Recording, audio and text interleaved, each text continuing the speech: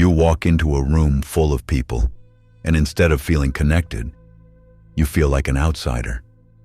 Not because you're shy, not because you dislike people, but because something feels off, disjointed. You notice things others seem to miss: the forced laughter, the overused phrases, the polite nods that carry no real emotion. You're not in the conversation. You're watching it unfold like a scene you've seen before. Predictable, mechanical, hollow. While others seem to move with ease, you find yourself caught in analysis. Every gesture, every pause, every contradiction between what's said and what's meant, it all registers.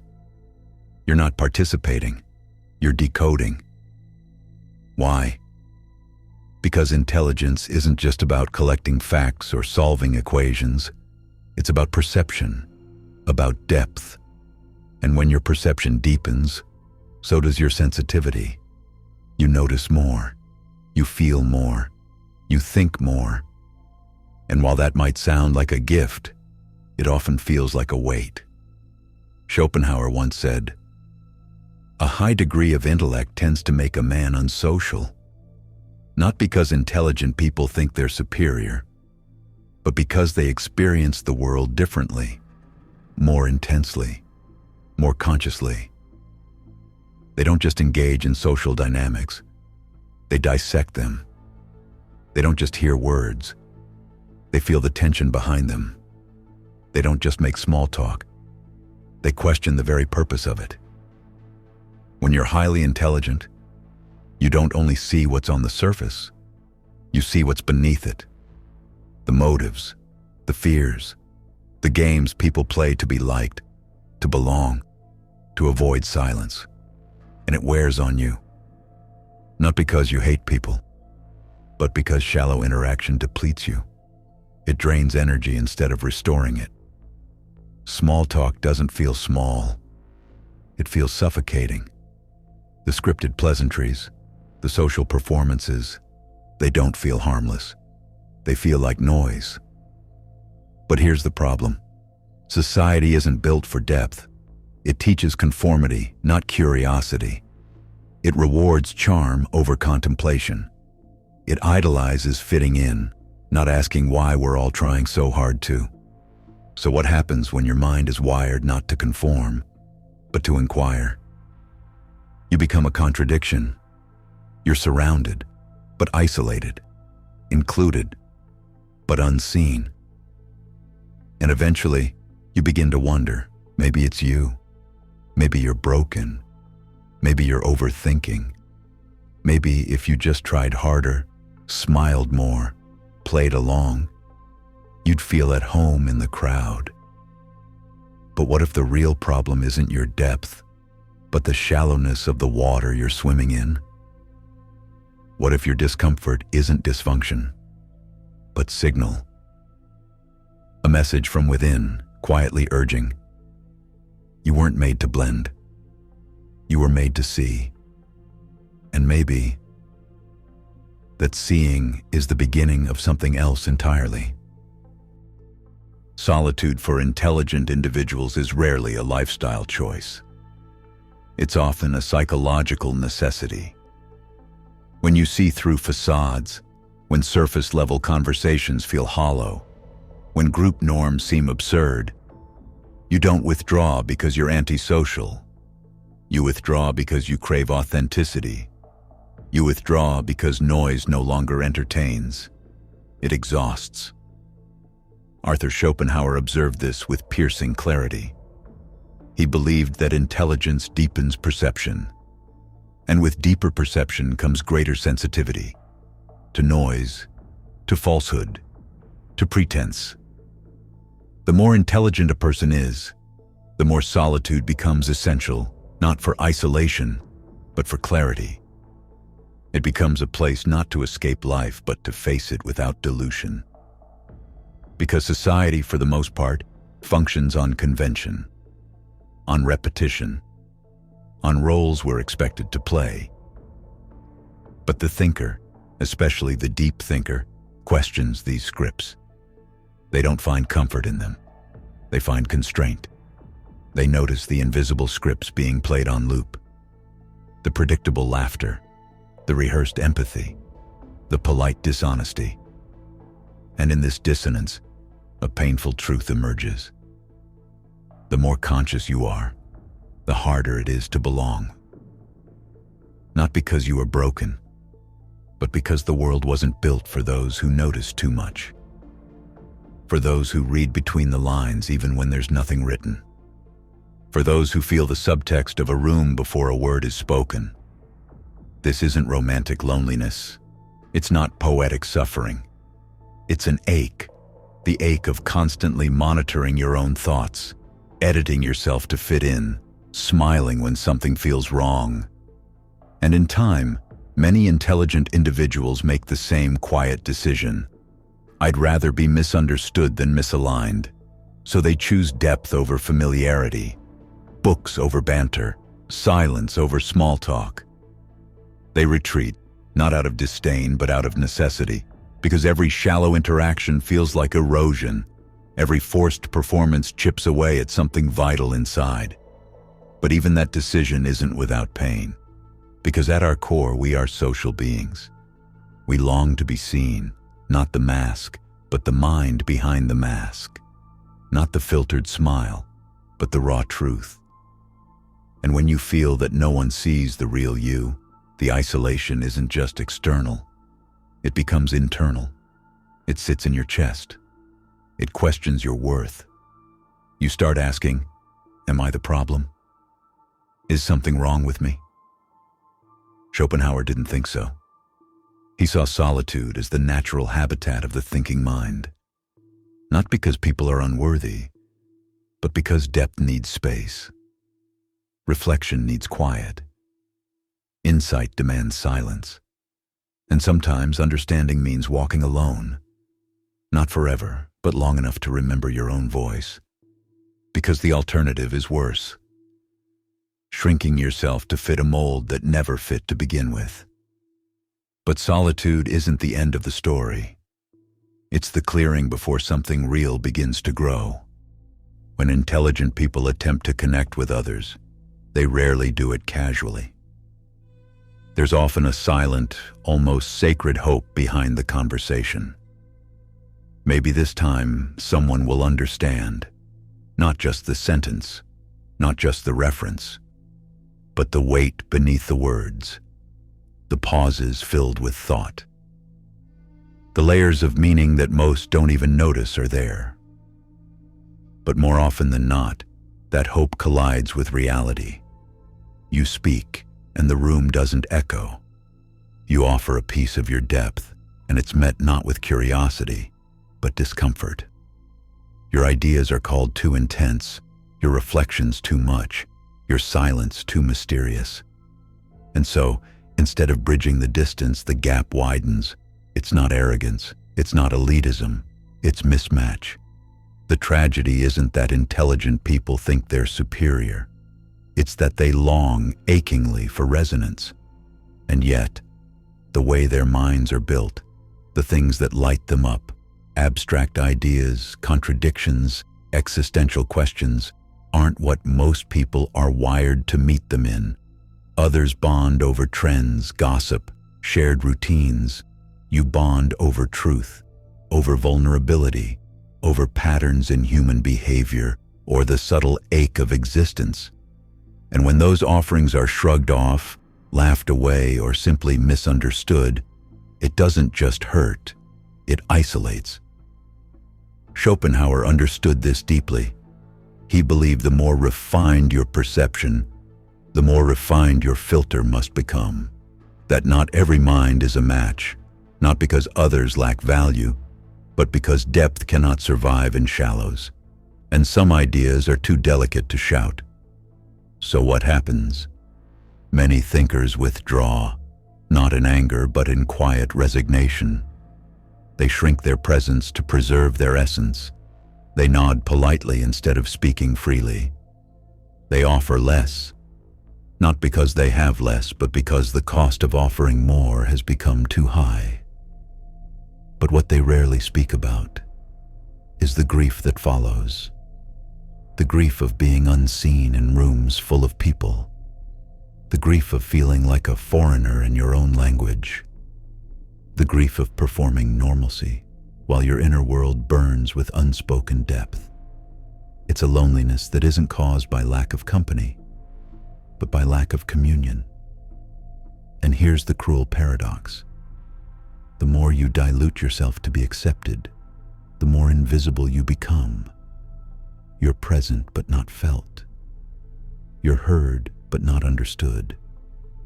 You're included but not known. That's the true weight of intelligence. Not just the awareness of what is, but the acute awareness of what's missing. And yet, this absence, this hunger for resonance, is not a curse. It's a compass. Because when the world doesn't meet you where you are, it forces you to meet yourself. And that, quietly, begins to shift everything.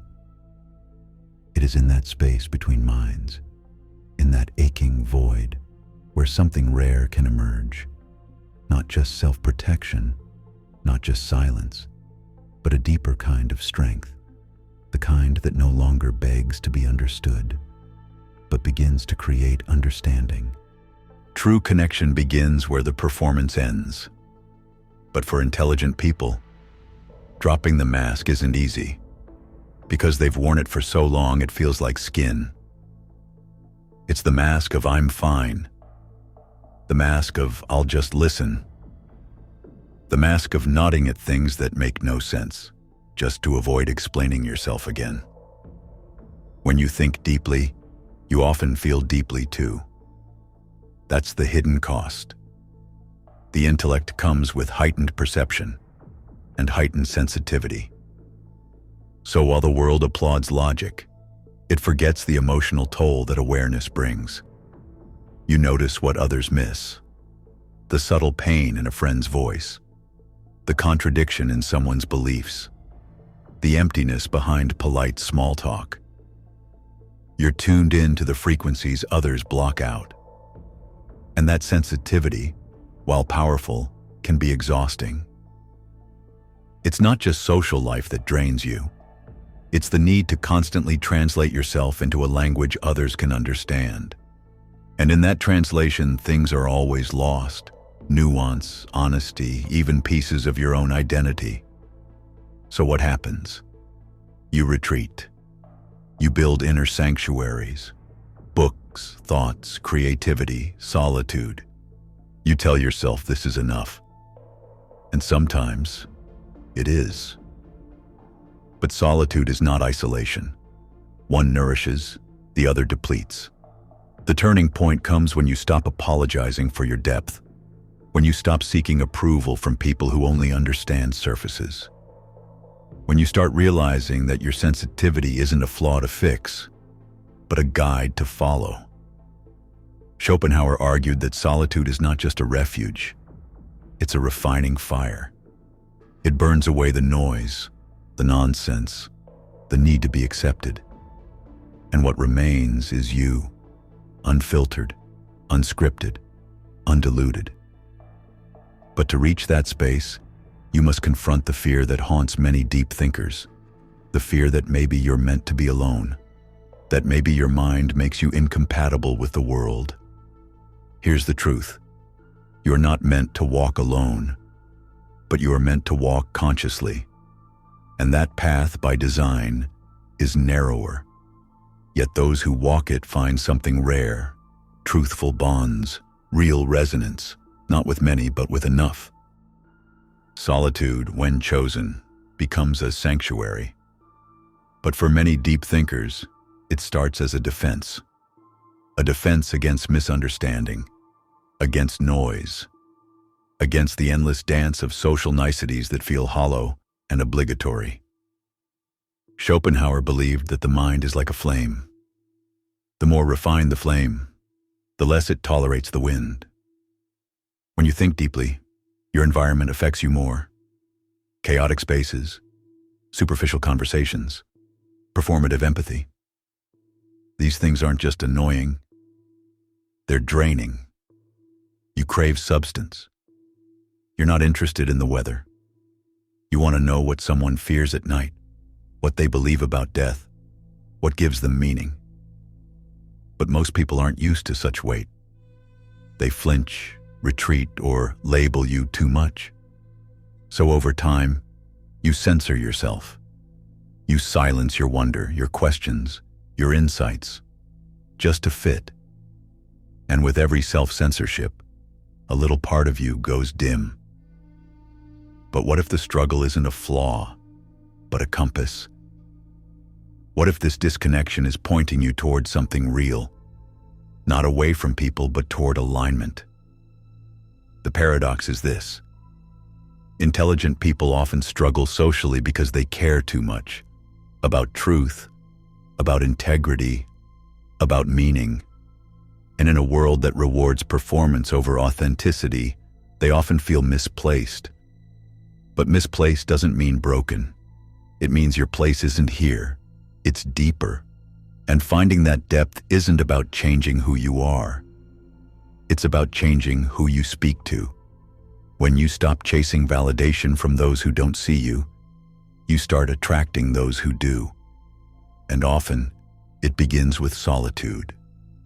Because in solitude, you remember your voice, you reclaim your thoughts, you realize that you're not too intense, you've just been speaking in a room that prefers silence over substance.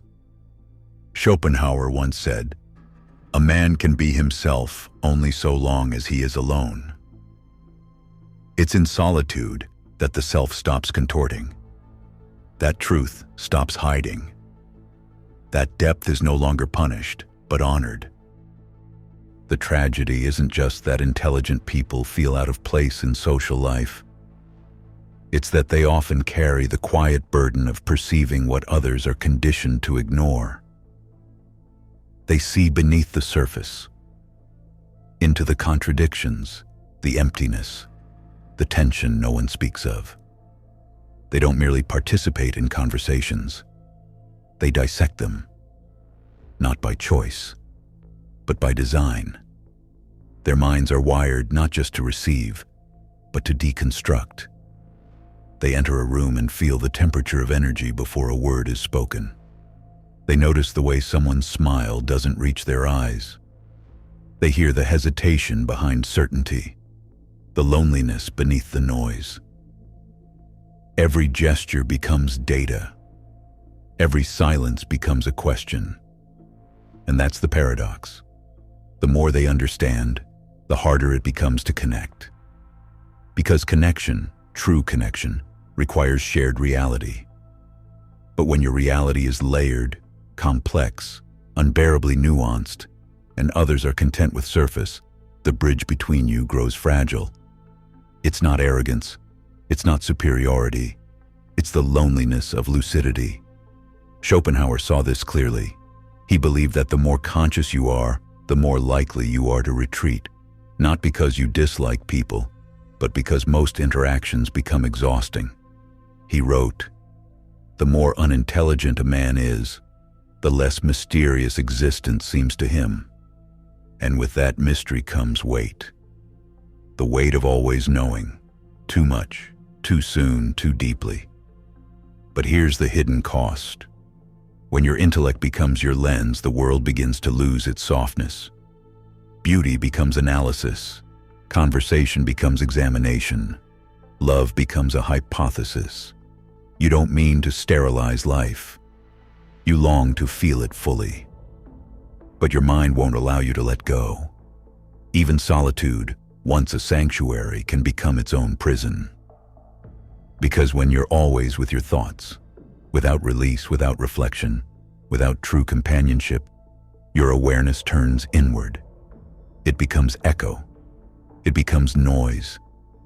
And what was once a gift becomes torment. This is where the line blurs between solitude and isolation, between thought and overthinking, between clarity and suffering. And yet, there's a strange kind of honor in this pain, because it means you're awake. You're not sleepwalking through life. You're not numbed by distraction. You're feeling the full weight of being. But that awareness, if not balanced, can eat itself alive. So what's the answer? Not to numb, not to withdraw entirely, but to transmute, to learn how to hold awareness without being crushed by it, to turn sensitivity into insight, reflection into art, loneliness into wisdom. Because some minds aren't built to blend, they're built to illuminate. But even a lighthouse needs grounding. And this leads us to a deeper inquiry, a darker one. One that thinkers, empaths, and observers rarely say out loud. What if the very thing that makes you wise is also what makes you suffer? What if awareness isn't just a gift, but a weight? And what happens to the soul that sees too much and no longer knows how to look away?